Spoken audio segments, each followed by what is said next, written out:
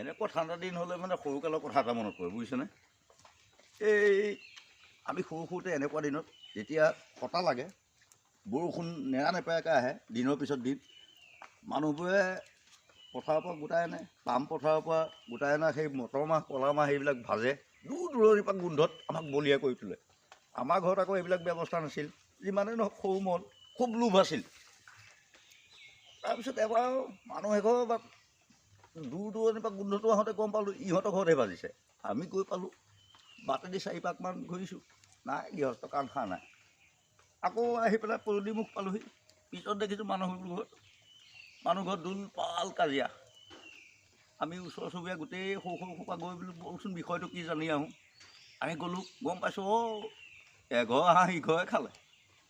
মই লগতো টিপ দিলোঁ, যদি প্ৰমাণ দিব পাৰে, সিহঁতে কৈছে নহয় প্ৰমাণ দিব পাৰিলে কিবা দিম। মই লগতো ক'লোঁ এটা কাম কৰ, মই যি কওঁ হয় কৰিবি। সিও বোলে হ'ব দে। দুইটাই চুচুক চামাককৈ গৈ আৰু যি ঘৰত খাইছে বুলি ধৰি গালি দি আছে গোৱাল গাড়ী।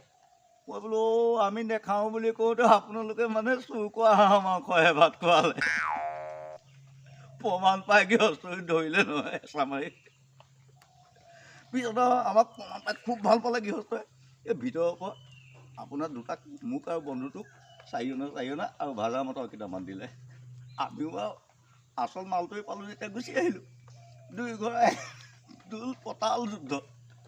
পিছত আৰু 2-4 এনেকৈ কৈছে হাঁহজনীটো আৰু পাক পাক পাক কয় একেবাৰে খেৰ মেলি তলৰ পৰা ওলাই আহিল। গৃহস্থই বোলে আমাক খোৱা হাঁহজনী দেখোন এইজনী, ইহঁতো তাক বিচাৰচোন, ইহঁতো তাক বিচাৰ। সেইদিন ধৰি মানুহ ঘৰত আজি ডাঙৰ হ'লোঁ, মানুহ ঘৰত চোতালত ভৰি দি পোৱা নাই।